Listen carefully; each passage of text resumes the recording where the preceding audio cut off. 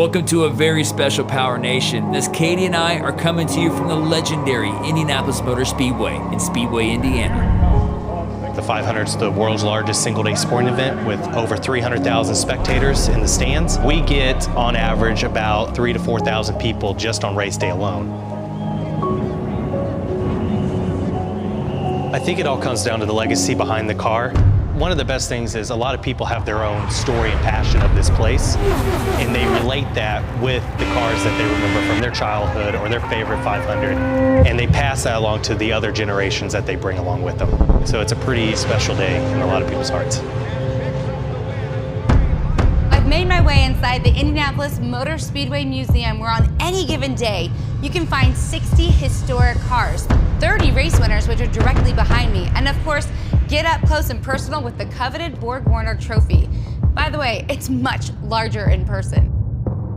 We have a fantastic collection here at the Indianapolis Motor Speedway Museum. Watching people's faces when they walk through the doors and seeing, one, the type of cars we have, the vast amount of different cars, they get a little shocked and awestruck, which is a good thing. We have a lot of top-notch artifacts here, race cars and trophies, memorabilia, things like that as part of the collection. Here at the Indianapolis Motor Speedway, we have the first Indy 500 winner in 1911. It was Ray Haroon's Marmon Wasp, and that bad boy made 100 horsepower.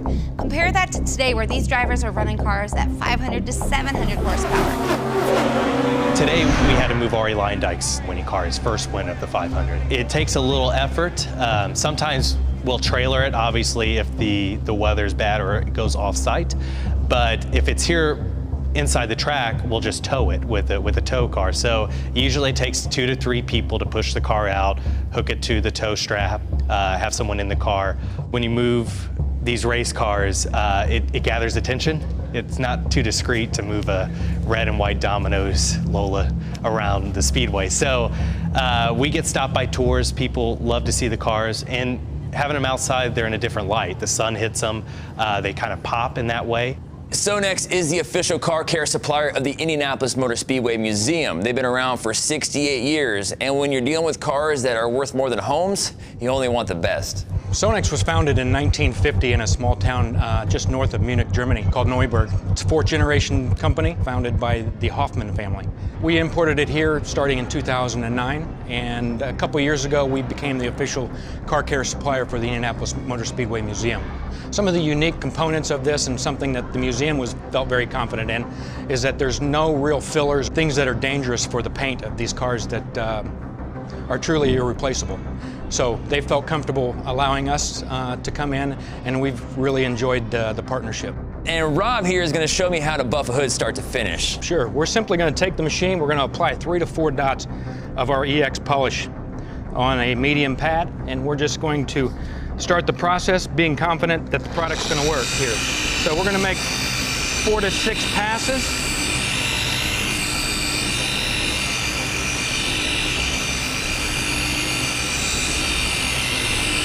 Simple as that. So just be confident that the compound's going to work. Nice, nice. So just get about 4 dots here. Woo! Easy. All right, you say there's a special product in here for it won't dust up? Yeah, the engineering behind it is it's a water-based product, so it won't dust. It doesn't create dust like others that are on the market. And what this does is it allows you to work around these very valuable cars without creating dust that's going to contaminate. Yeah, one of the other keys to this is there's no fillers in the product, so when we get done here and we wipe it, it's going to be what you're going to see today, tomorrow, and 3 months from now. All right, well, let's check it out. Let's give it a whirl here. Let's take your side and my side.